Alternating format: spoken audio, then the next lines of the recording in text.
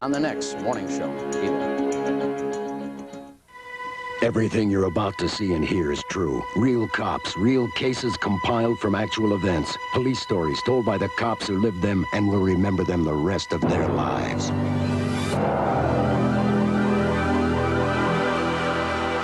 I've done everything a female undercover cop does in New York City. Posed as a cheap hooker and been the wife or girlfriend at the side of 100 other detectives from Times Square to Central Park. And it's amazing.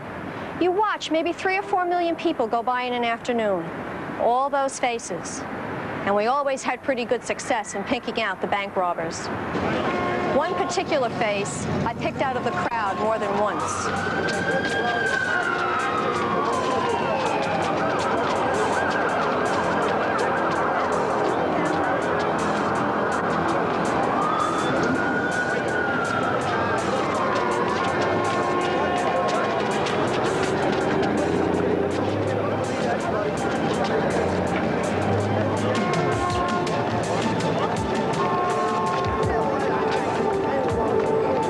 Slow down. I saw him, Bumper. I know it. Over there. Ow, his damn shoes. Didn't think we'd be doing this much walking. We had a series of bank robberies near Grand Central. The surveillance photos taken by the bank's hidden cameras clearly showed a 6'9" man with a mustache. Me and my partner, Bob Daly, we all called him Bumper, took turns on point so that if the suspect turned around, he wouldn't see the same people behind him.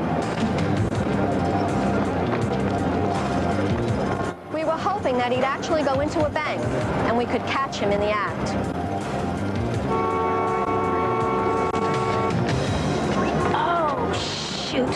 Torn my pantyhose. Damn shoes. Next time I'm coming out here dressed as a jogger. Definitely interested, Kathy. A male and female arrest team have a built-in element of surprise. Bad guys aren't used to a couple jumping them. They're not looking for it. A couple can usually get right on top without being spotted.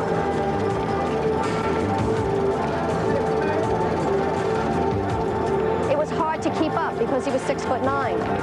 I was walking so fast, my feet ripped right through my pantyhose. They were blistered and bleeding.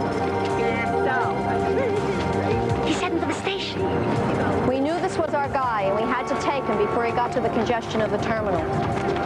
Please, don't you move. Every arrest team has one member designated to cover, while the other cuffs the suspect.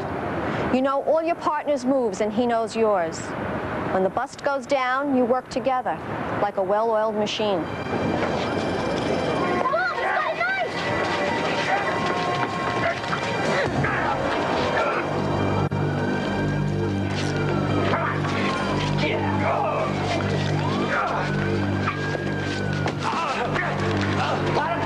Yeah, a woman with a gun can be very intimidating. People aren't expecting it, so you play with their heads to keep them off balance. I wouldn't make any sudden moves if I were you. I've never used this thing before and it could go off. I'm a detective in the narcotics division, and after 8.5 years in the drug community, my instincts were good. You gain an insight into people as a cop. You can almost put a profile to them, their mentality, their motivation, their habits. I read people pretty well, and I'm pretty good at getting them to talk, too. Sometimes it's amazing what they'll volunteer. So tell me, Bill, what do you use the money for? We got pictures of you here from a lot of different banks, Bill.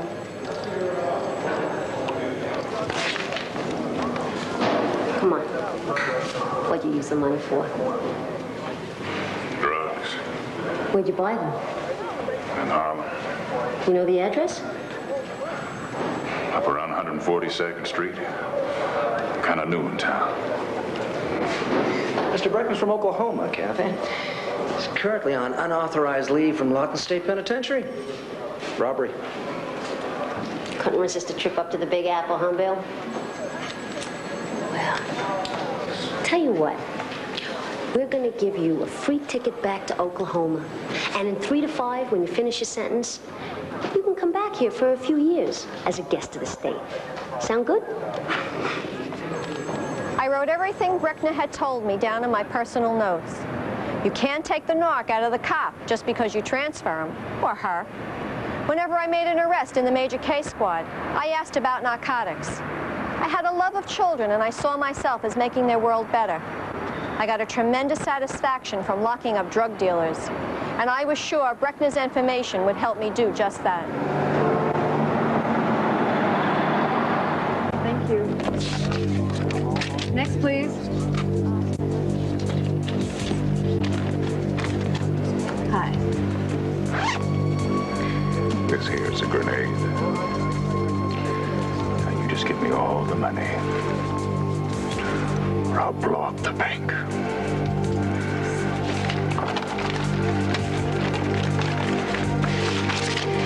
Now you just keep quiet till I'm gone.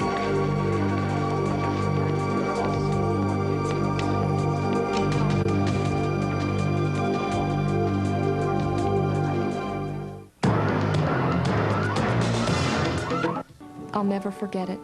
My son and I came... Hey, Kath. You've been around a while, huh? This one look familiar? I'm trying to blow up a bank with a hand grenade. Great big guy. I locked this guy up 3 years ago. What was his name? Baker. Well, what did you get him on? Bank robbery. But you know, he was already doing time in Oklahoma. He shouldn't be out on the street yet. No way. Was a grenade his M.O.? No, he had a hunting knife when we caught him. Breckner. Here he is. William Breckner. All right. I'll run a check on him, huh? My partner, John Gaspar, contacted Lawton State Penitentiary to see if Breckner had been discharged, only to find that he'd escaped again 2 weeks before. My notes listed the places he'd hung out the last time he was in New York, including the location in Harlem where he'd gone to find drugs. I think I know where this guy's gonna go. How? Last time he escaped, he came straight to New York. Same thing this time. He's a creature of habit. And he's an out-of-towner. He's gonna hang out in the same places. Okay. But what's up in Harlem? Place where he used to buy drugs. Narcotics has made a lot of busts in 3 years. You think it'll still be there? What matters is what he thinks. We weren't following a hunch because we knew Breckner's prior history. You always start with the known and work your way back to the unknown. The unknown was which bank he would pull that grenade in next. The known was that he used the money he robbed to buy drugs and that he had a connection in Harlem. We called some other units and set up a attack plan. Breckner was big and quite possibly violent.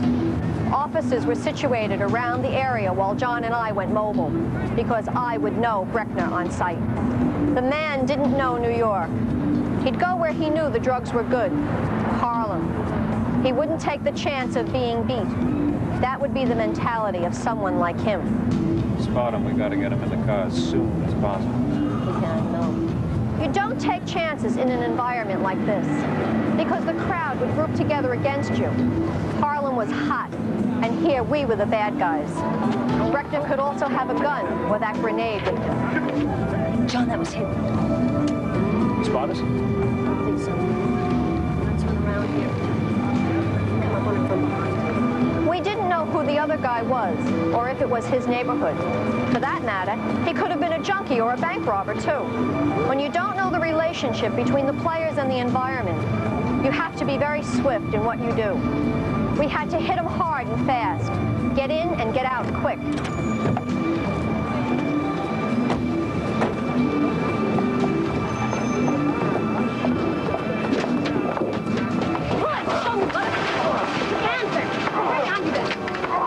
John and I had the same philosophy.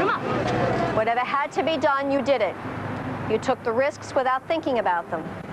Everything we did was second nature. And we knew if this guy had to go, he was going. John, the bag. The bag was bulging. It looked like it held the grenade. I wanted to help John, but I had a prisoner too. I couldn't get on the ground and roll with them. I couldn't shoot and risk hitting my partner.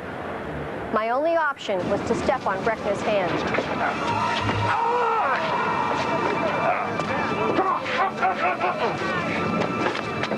Get going, come on! Stay apart!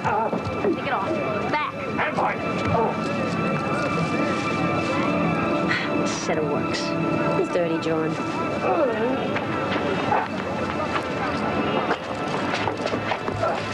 Hi, Bill. Remember me?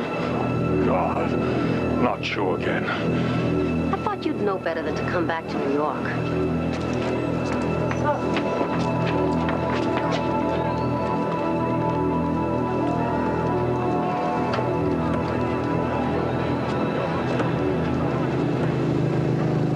Breckner wasn't carrying the grenade, so John and I checked his hotel. We found it in one of the dresser drawers and called the bomb squad to disarm it. But in the end, the grenade turned out to be a training model with no pin. Breckner was once again charged with bank robbery in New York and sent back to finish his sentence in Oklahoma. When we made the arrest, I felt the normal apprehension and adrenaline pumps. But I was certain we'd find him because I had some insight into his character. That educated guess on where Breckner might be would be called a hunch by some people. I suppose I've called it that myself. But hunches are born of a cop's understanding of human nature. Most cops read people pretty well. You have feelings about who you can trust and who you can't. You often meet people and sense something's not right. You hope you're wrong, but sooner or later, you find out you're not. Sometimes it's disillusioning. Sometimes it helps you know the bad guys better than they know themselves.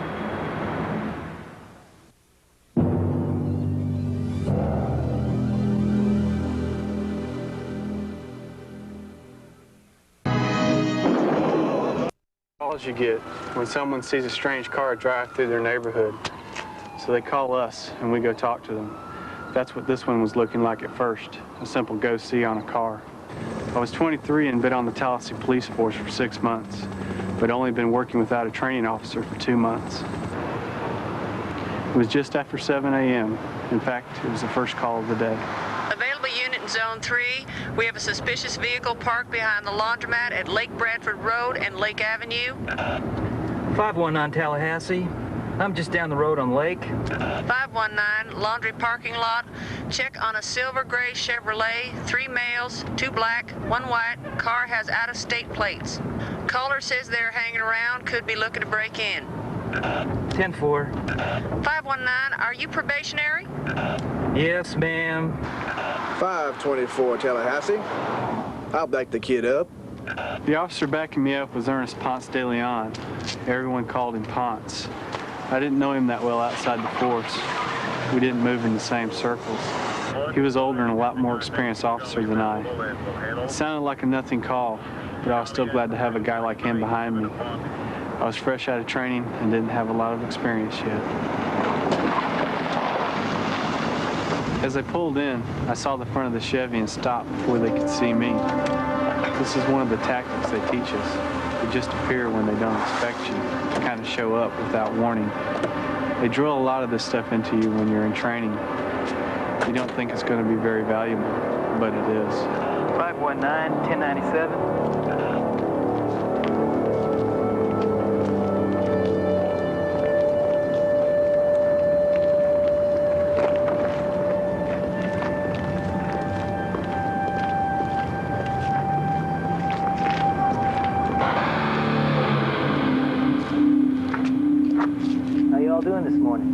Drinking coffee and thinking about hitting the road. I need to see your license and registration. Sure, no problem. Damn, I hope I didn't leave it in my other pants. Yeah, me too. Bev, I leave my stuff in my other pants? I don't know. Could be. 524 Tallahassee, I need a tag. Want some warrants on Mississippi 3BLU 079, silver gray, late model, Chevrolet. 3BLU 079. It's in a suitcase. All our stuff is in a suitcase. Where's your suitcase? It's in the trunk. Can I see it, please?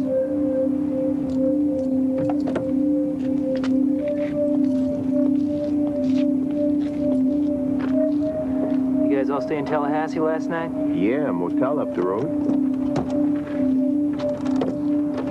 Yeah, well, we just stopped to get some coffee and we want to hit the road again. Well, we'll get you on your way just as soon as we can.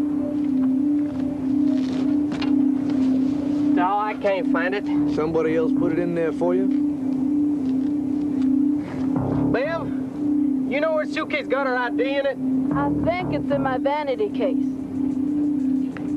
I didn't get any bad feelings about them. Ponce seemed pretty relaxed about the whole thing, too. Still, my training told me to make sure they didn't pull a gun out of one of the suitcases. 524 Tallahassee, how are we coming with that tag? Still waiting, Ponce.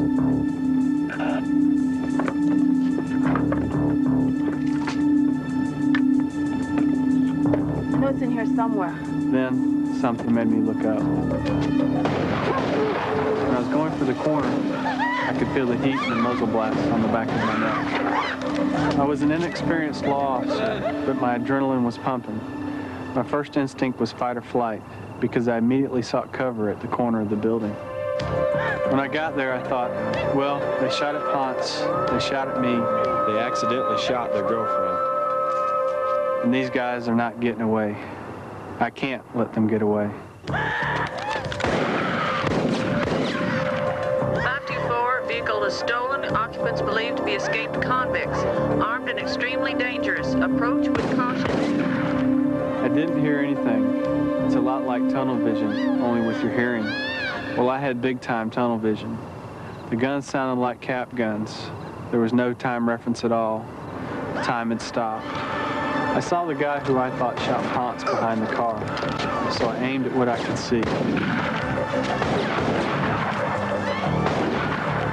I knew I had to change cover, because once they came around the corner, I would have nothing to hide behind. I also knew I'd better reload. I'd shot 5 times, and I had 1 live round left. I couldn't tell who was firing, but I saw the muzzle flashes.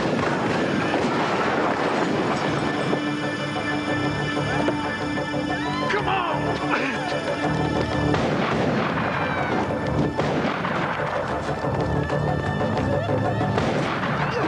I hit one of them in the leg.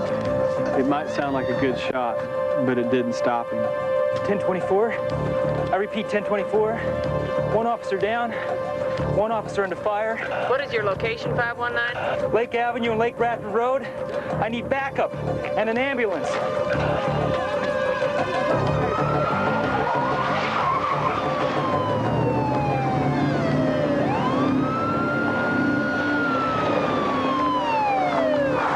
Just looking at Ponce, he looked bad. The 2 black males could still be around, but I had to see what condition he was in. Armstrong, you hit? Ponce wasn't wearing a vest. He had 2 bullet holes just left of center in his chest.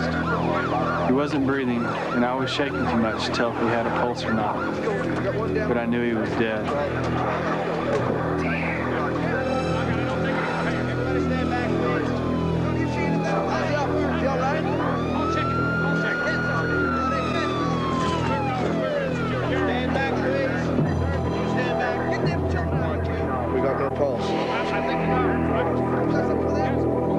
We found the woman under one of the patrol cars. The white male wasn't dead, and when the other patrol officers got to him, he was still trying to reach for the gun he'd gone for when I'd shot him. The 2 that got away holed up in a house nearby, but the one I hit in the leg was fixing to bleed out, so they surrendered. This was my first shootout, and hopefully it'll be my last. It didn't change my perception of the job any. I knew it could happen, but you're never ready for it, you never expect it, and you sure never want it. It just happened.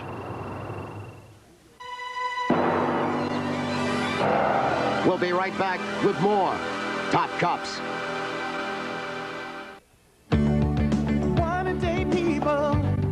Top Cop Safety Tip. Never move an accident victim unless they are in immediate life-threatening danger. Moving them may complicate their injuries and worsen their condition. Instead, contact emergency medical help immediately and wait for them to arrive.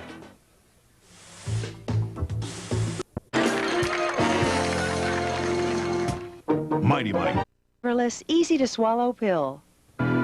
William Breckner was returned to Oklahoma to serve out his 25-year sentence on 3 robbery convictions. He was paroled in 1986 for statutory good time. Kathy Burke now works with the NYPD Nitro Unit in the Narcotics Division, serving on restricted duty after being seriously wounded in a 1986 shootout in which her partner was killed. She is president of the International Association of Women Police Officers. Clarence Jones was convicted of first-degree murder and attempted murder. He was sentenced to die in Florida's electric chair. Irvin Griffin received life in prison, and Henry Goins, who pled guilty to second-degree murder, was sentenced to 30 years in prison. Beverly Harris turned state's evidence to help convict them. Officer Greg Armstrong is still with the Tallahassee Police Department, serving as a member of the Canine Unit. He and Patrolman Ponce de Leon were both awarded the Medal of Valor.